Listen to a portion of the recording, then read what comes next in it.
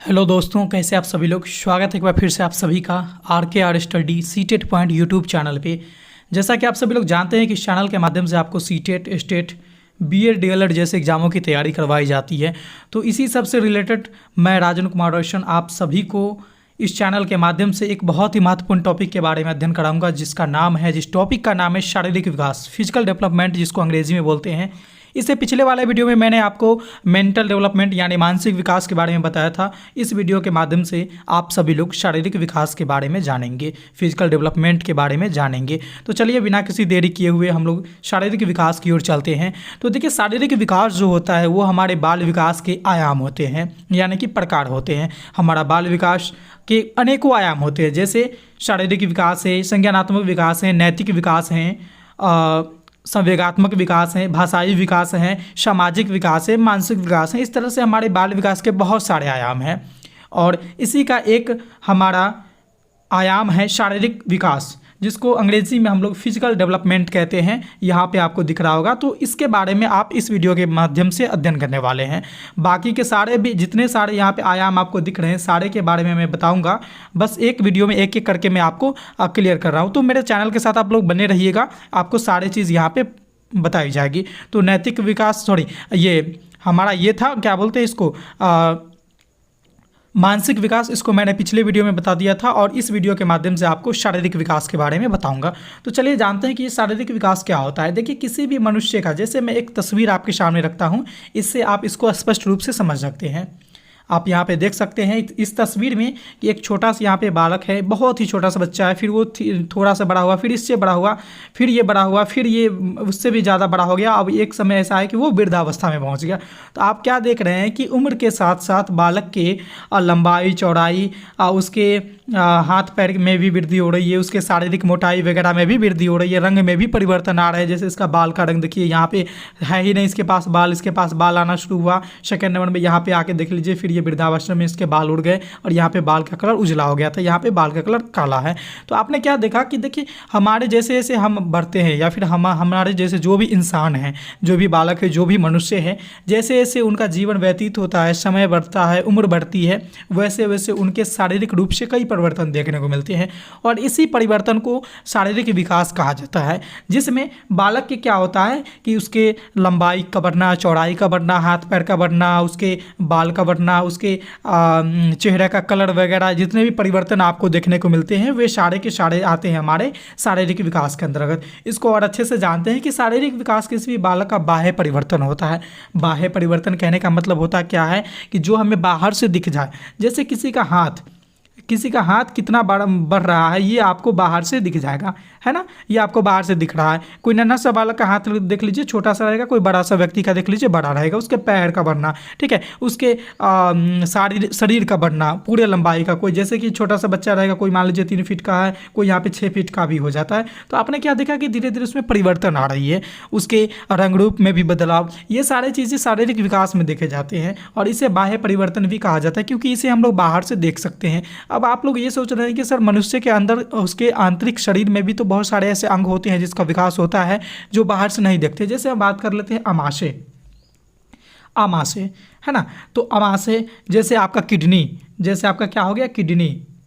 तो ये सारी चीज़ें भी बढ़ती है, लेकिन इसको भी हम लोग बाह्य परिवर्तन ही कह सकते हैं, क्योंकि मैं इसको देख सकता हूँ। वैसे आप इसको डायरेक्टली नहीं देख सकते हैं, लेकिन एक सर्जन यानी कि एक डॉक्टर उसको चीर फाड़ करके उसको देख सकते हैं। तो ये जो इसका एक यहाँ पर आप लोग इसको अपवाद के रूप में समझ रहे होंगे आज तक, लेकिन ये हमारा अपवाद नहीं है। और ये क्यों नहीं है, ये आगे आपको अभी में क्लियर हो जाएगी। चूँकि आमाशय, किडनी, ये भी हमारा एक शरीर का अंग है जो अंदर में है, स्किन के अंदर है, ठीक है, जो हमें डायरेक्टली बाहर से तो नहीं दिखाई देता है, लेकिन अगर हम चाहें तो इसको देख सकते हैं, इसको माप सकते हैं, इसको तौल सकते हैं। तो ये भी हमारे शारीरिक विकास में ही आएंगे, ठीक है। और भी चीज़ें हैं, जैसे देख लीजिए कि शारीरिक विकास के अंतर्गत होने वाले परिवर्तन हमें बाहर से स्पष्ट रूप से दिखाई देते हैं।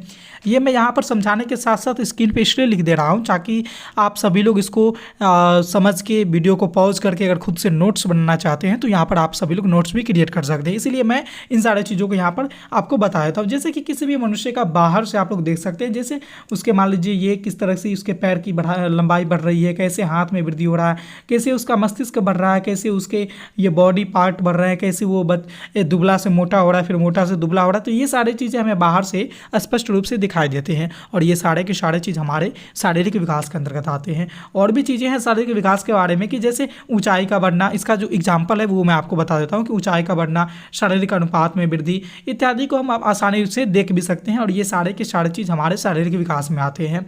शारीरिक विकास में मात्रात्मक परिवर्तन होते हैं। अब आप सभी लोग सोच रहे होंगे कि ये मात्रात्मक परिवर्तन क्या होता है। तो देखिए मात्रात्मक परिवर्तन को मैं थोड़ा सा यहाँ पर क्लियर कर दूँ कि मात्रात्मक, ठीक है, ये हुआ हमारा मात्रात्मक परिवर्तन।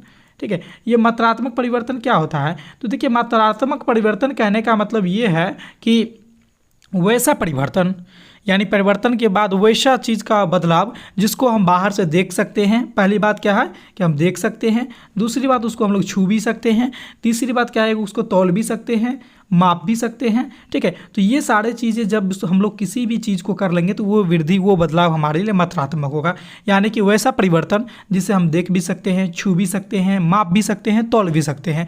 यानी कि किसी बालक का मान लीजिए लंबाई का वृद्धि हो रहा है तो क्या है कि हम आसानी से उसको देख भी सकते हैं, उसको छू भी सकते हैं, टच भी कर सकते हैं, उसको तौल भी सकते हैं।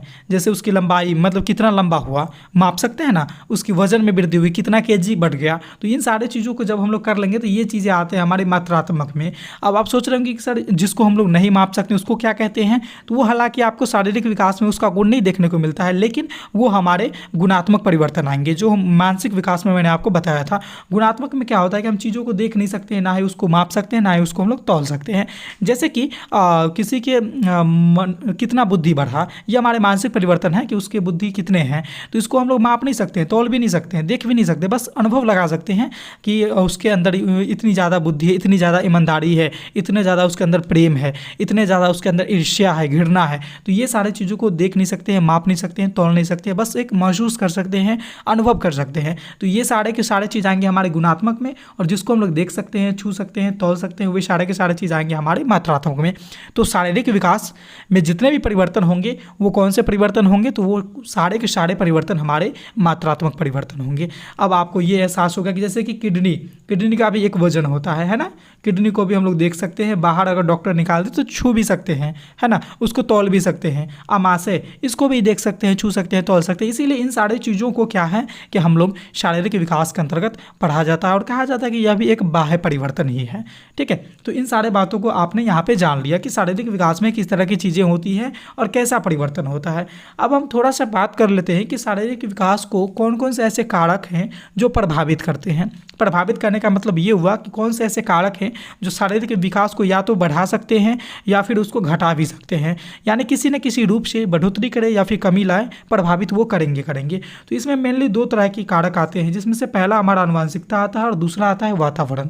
दो ही तरह के कारक हैं। आनुवंशिकता यानी कि क्या होता है आनुवंशिकता में कि अपने माता पिता का गुण जो बच्चों में पहुंचता है वो चीज़ें आनुवंशिकता कहलाती है। जैसे माता पिता का बच्चों के शारीरिक विकास पर भी, माता पिता का गुण जो है वो बच्चे को शारीरिक विकास पर भी पड़ता है। जैसे आप मान लेंगे कि कोई दंपति है, दंपति कहने का मतलब कि पति पत्नी, जिसकी लंबाई छोटे छोटे हैं, वो छोटे छोटे कद के हैं, नन्हे से कद के हैं, तो आप पाएंगे कि सामान्यतः उनके जो बच्चे होंगे ना वो भी नन्हे से छोटे ही होंगे, वो भी क्या होंगे, छोटे से होंगे। देखिए ये 100% बातें सत्य नहीं है कि वो अगर दंपति छोटे हैं तो बच्चे भी छोटे होंगे, लेकिन अधिकांशतः ऐसा देखा जाता है। चूँकि ये आनुवंशिकता का ऐसा गुण होता है जो माता पिता का गुण उसके बच्चे में जाते हैं, इसलिए उनका प्रभाव यहाँ पर देखने को मिलेगा। दूसरा एग्जाम्पल, अगर मान लीजिए कोई दंपति गोरे हैं यानी उजले कलर के, उनके फेस का कलर एकदम उजला है, बॉडी का कलर, स्किन का कलर उजला है, तो उनके संभावित बच्चे जो होंगे उनका भी संभावना होती है कि वो भी उजले होंगे। तो आपने क्या देखा कि यहाँ पर उसके शारीरिक प्रभाव पे आनुवंशिकता प्रभावित कर रहा है कि बच्चे अगर माता पिता अगर गोरे हैं तो बच्चे भी गोरे हो रहे हैं, माता पिता अगर बौने हैं तो बच्चे भी बौने हो रहे हैं, माता पिता अगर लंबे हैं तो बच्चे भी लंबे हो रहे हैं। ठीक है, तो शारीरिक प्रभाव पे आनुवंशिकता इस तरह से अपने महत्व को डालता है। अब हम बात करते हैं वातावरण की ओर। तो देखिए वातावरण में अनेकों ऐसे फैक्टर आते हैं, कारक आते हैं जो हमारे यानी बालक के, मनुष्य के शारीरिक विकास को प्रभावित करते हैं। जैसे मान लीजिए गर्भकाल के समय माँ का स्वास्थ्य, उस समय अगर क्या होता है कि बच्चे जब गर्भकाल में रहता है तो वहाँ पर अगर माता का स्वास्थ्य अगर अच्छा रहेगा रहेगा तो बच्चा भी स्वस्थ पैदा लेगा, तंदुरुस्त पैदा लेगा, उसका शारीरिक मानसिक विकास भी अच्छे से होगा। अगर वहाँ पे उनका स्वास्थ्य अच्छा नहीं रहता है, अच्छे से पोषण नहीं मिलता है, खान पान नहीं मिलता है, तो बच्चे भी किसी तरह से असशक्त पैदा ले सकते हैं, यानी कि उसमें किसी न किसी रूप से क्षमता में कमी आ जाएगी। दूसरी बात करें पोषण, पोषण तो बहुत ही महत्वपूर्ण है कि किसी भी बच्चे का शारीरिक विकास कराना हो, मानसिक विकास कराना हो, बौद्धिक विकास कराना हो, तो उसमें पोषण बहुत ही ज़्यादा महत्वपूर्ण होता है। पोषण कहने का मतलब कि संतुलित आहार से है। संतुलित आहार कहने का मतलब क्या है कि वैसा भोजन जिसमें सारे तत्व उचित मात्रा में उपस्थित हो। वैसे आप संतुलित आहार के बारे में जानना चाहते हैं तो मेरे चैनल पे आपको वीडियो मिल जाएगी आर स्टडी सीटेड पॉइंट पे, तो आप वहाँ से भी देख सकते हैं। तो संतुलित आहार में वे सारे पौष्टिक तत्व उचित मात्रा में रहेंगे, उसे दिया जाता है। तो ये हमारे पोषण है। अगर बच्चे को नहीं मिल पाती है अच्छे से, फिर बच्चे का शारीरिक विकास अच्छे ढंग से नहीं होता है। कोई बच्चा बौना हो जाता है, जबकि उनके माता पिता लंबे रहते हैं, लेकिन बच्चा अगर बौना हो गया तो कहीं ना कहीं उसे पोषण की कमी थी, उन्हें वो चीज़ें नहीं मिली जो उसके मिलना चाहिए उसके शारीरिक वृद्धि के लिए, विकास के लिए। ठीक है, तो संतुलित आहार यानी कि पोषण भी इसमें बहुत बड़ा एक कारक है। दिनचर्या, आपका दिनचर्या कैसा होना चाहिए? दिनचर्या में मूल रूप से आते हैं निद्रा और विश्राम। आप कितने घंटे काम करते हैं, और काम करके जब आप थक जाते हैं तो आपको विश्राम की ज़रूरत होती है। तो आप उचित विश्राम ले रहे हैं अथवा नहीं ले रहे हैं, आपके दिनचर्या में वो विश्राम है अथवा नहीं है, निंद्रा है अथवा नहीं है।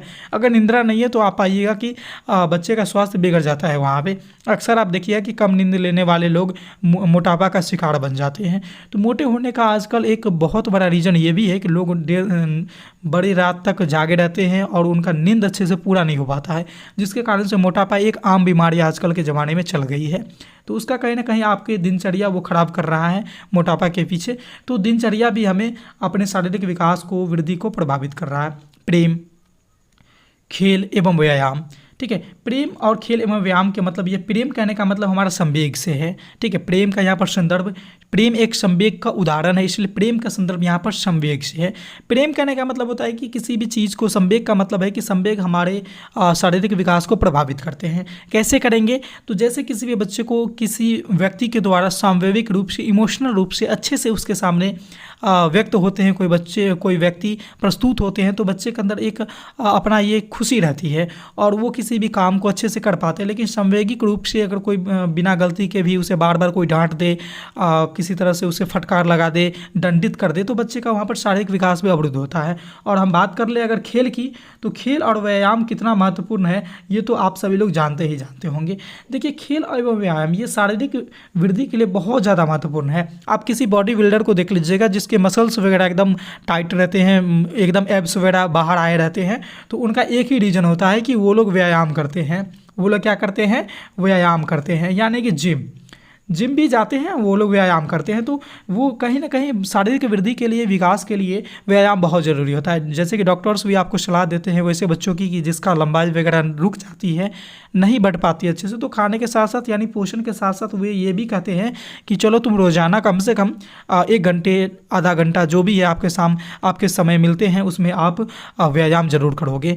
तो वहाँ पर क्या हुआ कि आपके शारीरिक विकास वहाँ पर अच्छे ढंग से हो पाती है। खेल में क्या होता है कि एक्सरसाइज होते रहता है। खेल में क्या है कि आपको विभिन्न प्रकार के खेल खेलते हैं तो उसमें एक्सरसाइज होते हैं। जैसे मान लीजिए हम क्रिकेट की बात कर लें, तो क्रिकेट में आपको क्या है कि फील्डिंग करते हैं तो वहाँ पर आपको दौड़ना पड़ता है, ड्राइव लगाना पड़ता है, यानी कि झुकना पड़ता है। बैटिंग करते हैं तो आपको क्या है कि कमर वहाँ पर अप डाउन होते रहता है, हाथ पैर वहाँ पर हमेशा फ्री रहते हैं। तो इससे क्या हो रहा है कि आपके मेंटली भी वहाँ पर आप फिट रहते हैं। तो यहाँ पर क्या है कि खेल के माध्यम से भी आप में व्यायाम हो रही है, जिसके कारण वो आपके वृद्धि एवं विकास के लिए बहुत ज़्यादा महत्वपूर्ण बन जाता है। तो ये सारे कुछ फैक्टर्स थे जो हमारे शारीरिक विकास को प्रभावित करते हैं। मैं उम्मीद करता हूं कि इन सारे बातों को आपने अच्छे से जान लिया होगा इस वीडियो के माध्यम से। तो इस वीडियो में मैंने आपको शारीरिक विकास के बारे में ही बताया है, पिछले वाले वीडियो में मानसिक विकास के बारे में बताया था, आगे वाले वीडियो में भी मैं आपको एक विकास के एक आयाम को ही बताऊंगा। तो मेरे चैनल के साथ बने रहिएगा। चैनल का नाम है RKR study seated point, YouTube channel है हमारा RKR study point seated point. ठीक है, ये हमारा यूट्यूब चैनल का नाम है। इस पर अगर आप पहली बार आए हैं तो इसको आप बेल आइकन को प्रेस कर लीजिए चैनल को सब्सक्राइब करने के बाद, ताकि आपको समय समय पे इसी तरह के वीडियो का नोटिफिकेशन जैसे ही मैं अपलोड करूँ आपको मिलता रहे। तो इस चैनल में इतना ही था, फिर मिलते हैं इस वीडियो में इतना ही था, फिर मिलते हैं अगले वीडियो में नए टॉपिक के साथ।